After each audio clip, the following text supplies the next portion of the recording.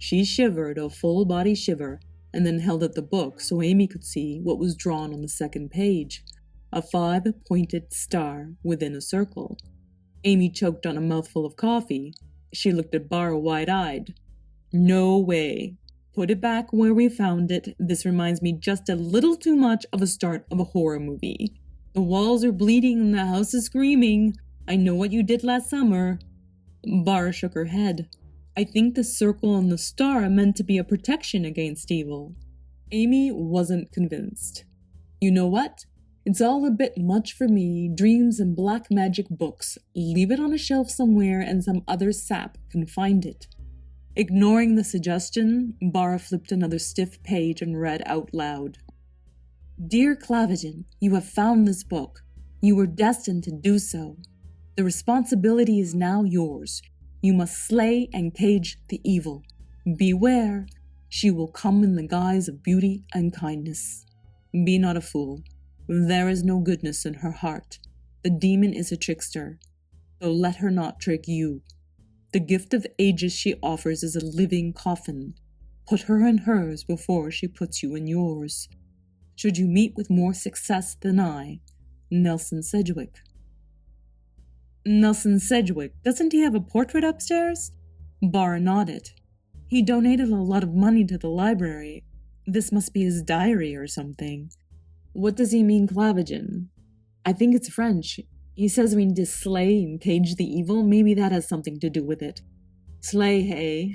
Well, I don't know about you, Buffy, but I don't want to be a slayer or whatever a Clavigen is. It doesn't sound like we have a choice. Come on, Amy scoffed. This guy was just a nutcase. Well, then I'm nuts too. Something weird is definitely going on. Seriously, I think my dream led me to this. No, I know it did. Amy took a moment to think. When did this Sedgwick die? Chestermere had talked about the library's history, another example of Bara getting him off topic. About 30 years ago, she told Amy. Do you really think this book has been lying on the shelf for that long, just waiting for you to dream your dream? How should I know? All I know is he says I was destined to find it.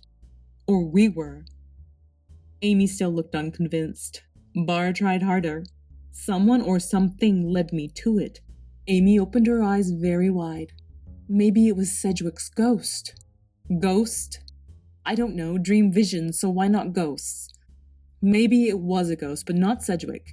It was a woman, I could sense that. She was all wispy. A wisp, like a will-o'-wisp. A wisp? Do you have a better name? No, but there's also your nightmare double. Yeah, if dreams say something about your inner psyche, I don't want to think about what being eaten by your own face might mean. Maybe you wear too much candied lip gloss. Amy laughed, Bara didn't. Sometimes dreams are just dreams. You shouldn't always read into them. Amy was trying to make light, but she really didn't have a good feeling. The dream was a little freaky, but the diary? She really wanted to be rid of it. She convinced herself that everything was normal. An idea came into her head. It belongs to the library, right? Bara closed the cover and looked at the spine. There are no call numbers, I don't think so. Maybe it's part of the rare book collection. They don't put call numbers on those. It's rare for sure. We should take it back to the dorm. We should turn it into the library. After all, we found it on the shelf and then we can be done with this nonsense. Don't you think? Bara looked down and thought. No, I don't think. She really wanted to keep the diary, even if it were part of the rare book collection. Let's go. Amy grabbed her bag and headed for the stairs. Bara went to argue, but Amy had already disappeared into the floor above. So instead, Bara put her own bag over her shoulder, grabbed the hideous strength, and followed reluctantly.